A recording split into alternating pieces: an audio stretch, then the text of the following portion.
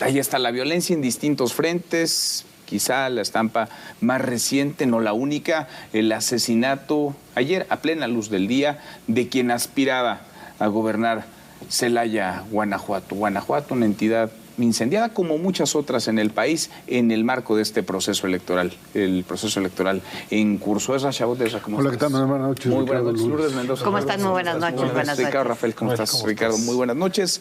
Pues ahí están los hechos de violencia, asesinatos, levantones, secuestros, amenazas, que parecen la constante que está ensuciando, que va manchando este proceso electoral. No, la verdad es que esta discusión ociosa que tenían en el Senado, que querían desaparecer los poderes en Guerrero, en Guanajuato, ¿para qué desaparecer lo que ya desapareció? Pues sí. Porque poderes legales es un abandono. Voy a sumar Sinaloa, donde siguen sin aparecer 8 personas y tienes un gobernador diciendo, pues lo lamento mucho, estas cosas ocurren. Sí. Pues sí, es el abandono de quien tendría la responsabilidad de atender pues un asunto que se ha venido pudriendo y complicando cada vez más. Centremos la mirada en lo que pasó ahora en Guanajuato. Tienes a este cártel de Santa Rosa de Lima, que hay que decirlo, es un cártel que se empoderó robando huachicol. Es decir, el gobierno de México actual, de Andrés Manuel López Obrador, ingresa justamente diciendo que va a acabar con los huachicoleros, y los huachicoleros están vivos y actuando que serían los responsables presuntos de lo que está sucediendo. 600 muertes en Celaya al año. Una población de 500,000 de habitantes. ¿Qué es lo que está ocurriendo? Una de las ciudades más violentas del mundo. Del mundo. ¿Qué es lo que está ocurriendo? Un Estado federal, la entidad, el municipio, incapaces de atender esto.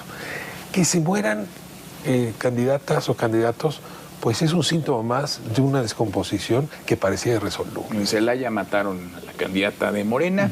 Hace unos meses le mataron a un hijo al alcalde, que ahora está de licencia porque busca la reelección, y parece que no sucede mucho más, Lourdes. Es la normalización, insisto, de esta violencia. Tenemos cuántos días de campaña, 1 mes y cachito, ¿no? Oficial, y tenemos ya 29 muertos, que creo que es una cifra escandalosa, y lo que creo es que... Exacto. De candidaturas. Precandidatos, candidatos, pero llevas 29. Y el tema, creo que lo escandaloso es que en México puede pasar eso porque no hay ley. Porque lo puedes hacer, porque puedo, porque no pago ninguna consecuencia de mis actos.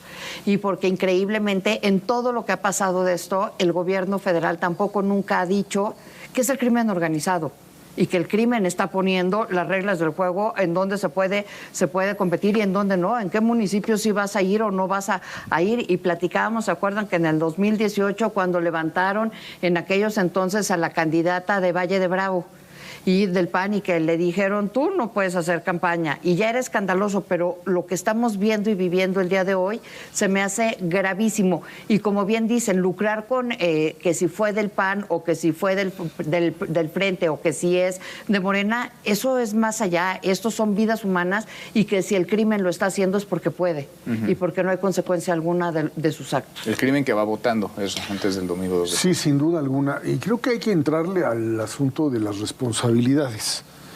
Por supuesto que esta idea de que tendría que haber un sistema de coordinación entre lo federal, lo estatal, lo municipal, sería lo normal. Pues lo municipal en México no existe como tal. O sea, las policías, los cuerpos de seguridad no tienen ninguna función más que servir, en este caso, al crimen organizado. No, lo vimos ahora en Tasco. Ok, ahora, pásate al tema de lo estatal y lo federal. El principio de la famosa guerra de Calderón fue Lázaro Cárdenas, gobernador en ese entonces de Michoacán, pidiendo que viniera el ejército y entrara. Y a partir de ahí entonces empezamos con esta discusión sobre quién es el responsable. ¿Lo es el gobierno federal? ¿Son los gobernadores de los estados? ¿Quién se lava las manos? Creo que en ese sentido lo único que ha sucedido durante estos últimos 5 años es que hay una especie de intento de que el mercado libre del crimen se ajuste, se mueva sin que lo toques, y que a partir de ello exista una especie de convivencia narca, como le llaman. Lo que pasa es que, insisto, cuando tú no tienes un Estado de Derecho, cuando tú no tienes alguien que ponga orden o que por lo menos sea quien vigile que estos movimientos pues estén controlados, lo que tienes es esto, peleas entre grupos de uno y de otro lado, tratando de controlar mercados que valen millones de pesos, y un Estado mexicano que ni en lo federal, ni en lo local, ni en lo estatal, tiene capacidad de acción. Y esa desaparición de la que habla Ricardo me parece que es una de las partes más graves de lo que tenemos en este momento electoral, porque sí, muchos de estos candidatos que son asesinados son porque o no pactaron, o son de otro grupo, o simple y sencillamente quieren mandarle un aviso. Pero no hay ni siquiera el reconocimiento a esa No, no la puede haber. Me voy a atrever a presentar una hipótesis alternativa a la que da Ezra, y la expongo a partir de lo ocurrido en Sinaloa. En Sinaloa lo que hay es la desaparición de 66 personas, de las cuales 18 eran menores de edad y 40 y poquitos eran adultos. El presidente López Obrador dijo en la mañanera que era una lucha entre cárteles, cosa que es un poco raro que en Sinaloa haya una pugna entre cárteles. Se especuló que podían estarse peleando los chapitos con el tío. Pero al día siguiente, Iván Archibaldo Guzmán pone una manta y dice, no, aquí no hay problema entre nosotros. En realidad lo que estamos haciendo es nuestro trabajo. Y pues a los rateros los vamos a agarrar. ¿Qué es lo que está diciendo Iván Archibaldo ya en términos más, digamos, de la teoría del crimen en el país? Pues que hay un acuerdo tácito donde estas empresas criminales se encargan de los delitos del fuero local y a cambio de eso, Ezra, no se meten con ellos respecto a los delitos del fuero federal. Ese es el arreglo. Si no quisiera decir, tradúceme, por favor, qué quiere decir eso de abrazos, no balazos, es un intercambio. Si tú me ordenas la vida en lo local, yo no me meto con los delitos que cometas en lo federal. ¿Qué es lo que ocurre? Cuando empieza a haber cambio en las autoridades locales, las candidaturas, las elecciones, hay necesidad de ajustar, de asegurar el acuerdo. Y si hay algún precandidato o candidata, en fin, que no se atreva a mantener ese acuerdo así de sencillo, es cuando acaban pagando con la vida suya, las familiares, etcétera. Si revisamos esto de Sinaloa y me permiten trasladarlo a Guerrero, pues eso es lo que tocó en Tixla. Y si quieres discutimos Tasco, porque yo tengo una idea distinta, pero Tasco es exactamente lo mismo que ocurrió, ¿no? Y es lo que estamos viendo en Guanajuato y en otros lados. Creo que ese es el problema. No sé si complementa lo que estás diciendo, pero me parece importante. Pero estamos hablando de ciudades importantes, de ciudades de un tamaño considerable. En lugares como Sinaloa puede ser que en estados como Sinaloa funcione porque hay un cártel dominante. Pero esta idea de la disputa de los cárteles entra en medio de estos, ya no contradice lo que dice Ricardo, lo que Lourdes ha planteado, porque lo que está sucediendo es que estos cárteles se mueven con acuerdos, pero no estás hablando de acuerdos políticos que se cumplen, estás hablando de guerras internas, de cárteles que se meten de un lugar a otro, que tratan de comprar una plaza, etcétera. O de candidatos que responden a un grupo criminal. O a otro. Entonces, yo creo que el problema es que esta estrategia es una estrategia así de acuerdos, bajo el principio de que los criminales respetarían cierto tipo de límites que en realidad hoy ya no existen. ¿Me permites hacerle una broma? Sí. Es que tú no crees en la Iglesia Católica, pues también la Iglesia Católica en Guerrero se mete a garantizar que cada cártel se encargue de su municipio. Yo soy de la oposición, compadre. O sea, la paz la pacta la Iglesia. Así está. Pero es esta misma, cuando haya pugna entre dos, hasta la Iglesia se mete a pactar ese acuerdo. Por eso yo soy de Pero la ¿saben oposición. qué? Además, creo que hay un punto importante en lo que estamos viendo y viviendo, y es el tema del bodrio, déjenme decir de esta manera, que hicieron con la Guardia Nacional.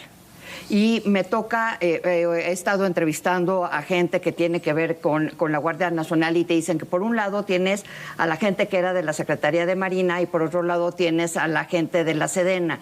El mando lo tiene la Sedena. Y entonces ahí adentro tampoco se están hablando, tampoco la gente que mandaron, los elementos que mandaron a Acapulco a cuidar después de Otis, sabes que no se llevan entre ellos porque unos vienen de la Sedena y otros vienen de la Marina y entonces tampoco se hablan entre ellos y entonces ellos también dicen, estamos viviendo un calvario nosotros, pero además no podemos hacer absolutamente nada porque pues, nos dicen que hay que dar besos, abrazos y no balazos y entonces estamos en el peor de los escenarios y el crimen organizado pues sirviéndose con la cuchara grande y estábamos diciendo cuáles son las 10 ciudades más peligrosas del mundo. 6 tienen que ver con nuestro país. 6, y una de ellas está en Sinaloa, ¿no? Culiacán. Y te dice Quirino, hoy flamante embajador de que era priista, pero ahora ya dice que él ya no ve colores, que él ya nada más es un embajador de un gran país en otro gran país y él no tiene responsabilidad del estado que dejó. Dice que no, fíjate. Ahora hablas de la descoordinación y es un poco lo que apuntaban, la descoordinación entre fuerzas. Volviendo al tema de Taxco, a ver, en Taxco lo que vemos es presencia después de este crimen atroz, el secuestro, el asesinato de una niña de Camila de 8 años. Vemos, antes de que se dé el linchamiento, presencia de policías municipales, de policías estatales y de elementos federales. Y nadie se mete, nadie hace nada. Algunos graban, otros se van, otros permiten que la gente que la turba enardecida haga justicia por propia mano. Podríamos discutir la fuente, pero creo que el comunicado que dio el presidente municipal, Figueroa, Mauricio Figueroa, Mario Figueroa, es muy interesante, porque a ver, lo que dice es, a mí me avisó la señora muy temprano, la mamá de Camila. Pedimos a la Fiscalía orden para poder ingresar al domicilio. No nos la concedieron. La turba se reúne afuera de la casa queriendo entrar porque no llega la orden de allanamiento. Y en ese momento está la policía estatal mediando. Dice, a ver, la policía municipal es muy difícil que pueda contener un grupo así de numeroso. Y de pronto la policía estatal se esfuma. Le llama al secretario de gobierno, al nuevo, ¿no? Al flamante, y no le contesta, sino el director de gobierno hasta las 8:30 que ya ha pasado la tragedia. A ver, ¿los municipios están vendidos? No, es que probablemente sea la última línea de resistencia en una entidad como Guerrero, donde, si repetimos en Tixla, pues esa misma policía estatal no fue la que mató en realidad a Yanqui Cotán, no fue el que quiso ocultar su muerte, que no ni siquiera le iba a reportar al CEMEFO, no es la que le mintió a la gobernadora. A ver, la misma policía estatal no existe. ¿Con quién te coordinas si no hay nadie del otro lado de la ventanilla? ¿Y a quién acudes como ciudadano? Ahora, esto hay que llevarlo, creo, a lo que viene de aquí en adelante, Manuel. Y es claro, hay un proceso electoral, estamos a 2 meses de la elección, y la idea es, a ver, cómo en estas zonas, que cada vez son mayores, con las distintas hipótesis que se manejan, si hay acuerdo o no hay acuerdo, lo que sí tenemos es un modelo de violencia, no quiero decir generalizado, pero sí extendido, que de alguna manera tiene la capacidad de afectar el proceso electoral. En uno y en otro sentido, sin duda alguna. Para el propio INE y para el Tribunal Electoral, ese es otro factor, además de otros que están ahí dando vuelta, sobre pues cómo se hace una elección en estas entidades. Pues, ¿en qué condición van a votar en Celaya? Y además, o qué haces con pues videos claros donde la participación en Sinaloa del narco fue vital para la elección de gobernador anterior. Y entonces, a ver, esta elección está blindada, tenemos la certeza de que este crimen organizado no será un factor definitivo. Yo pondría un interrogante y un peligro sin duda alguna para el 2 de junio. ¿Y se acuerdan el otro día que platicamos en esta misma mesa que yo decía justamente que el INE nos está quedando a deber? ¿Y qué nos está quedando a deber? ¿Qué va a pasar? O sea, ya sabemos que hay 350 zonas o casillas que son muy peligrosas. ¿Y por qué lo sabemos? Porque en la elección de la anterior, el 18, por lo menos, al menos Silvano Aureoles fue a Estados Unidos, ¿no? A decir, oye, aquí se metió el crimen organizado y les pedimos. Y el INE no nos ha dicho qué va a pasar o qué está proponiendo o cuál es como la ruta, como por dónde vamos a transitar rumbo a la elección que está a la vuelta de la esquina y donde los asesinatos, como decimos, pasan todos los días y no hay ningún responsable. ni de las autoridades, o sea, nadie, ¿quién se hace responsable? Nadie. Pero tampoco tú has visto que alguien esté buscando a los homicidas de los 29 que han muerto. Pues no, tampoco. ¿En qué condiciones van a ir a votar los ciudadanos? Exacto. Ahora, a mí me tiene inquieto, se los digo con franqueza, lo que nosotras y nosotros, digamos, ciudadanos de a pie, estamos pensando. Y yo sí veo en estos episodios recientes, Sinaloa, Atasco, una suerte de complicidad social. Decimos, bueno, pues, dado que el gobierno no sirve para nada, pues que sea la Pax Narca la que nos proteja. Es impresionante la cantidad de gente en Sinaloa diciendo lo que propuso Iván Archibaldo Guzmán está bien. Él se encarga de que Sinaloa esté en paz. Y sin él esto sería el caos. Se vive tranquilo en Mazatlán, se vive tranquilo en Culiacán, gracias a ese señor. Es decir, ya el nivel de complicidad es tal que por eso no le reclamamos al presidente. Pero es que ni a Sinoé en Guanajuato, mucho menos a Evelyn Salgado en Guerrero. Es como decir, esto ya es así. Y como diría Rubén Rocha, pues lamentablemente, ¿qué le vamos a hacer? No pasa nada. Y además es este crimen organizado es, digamos, el mejor programa social, más allá de los otros que reparten dinero, de control de este tipo de población. Porque generan empleo, porque al estilo de los gángsters de los Estados Unidos en los 20s, ¿sí? Saben dónde está el límite y qué es lo que pueden ¿Y movilizan electoralmente? Y movilizan, por supuesto, a aquellos. Esto ha ido cada vez permeando de manera más clara los espacios políticos, que antes era a nivel municipal. Tamaulipas llegó, ¿cuánto gobernador de Tamaulipas metido en narco? Y finalmente estás hablando de un país que está pues ahí puesto en la mira a nivel internacional en términos de este problema. Y solo me gustaría dejar una precisión. Yo creo que lo que pasó en Taxco no es buscar justicia, fue una venganza.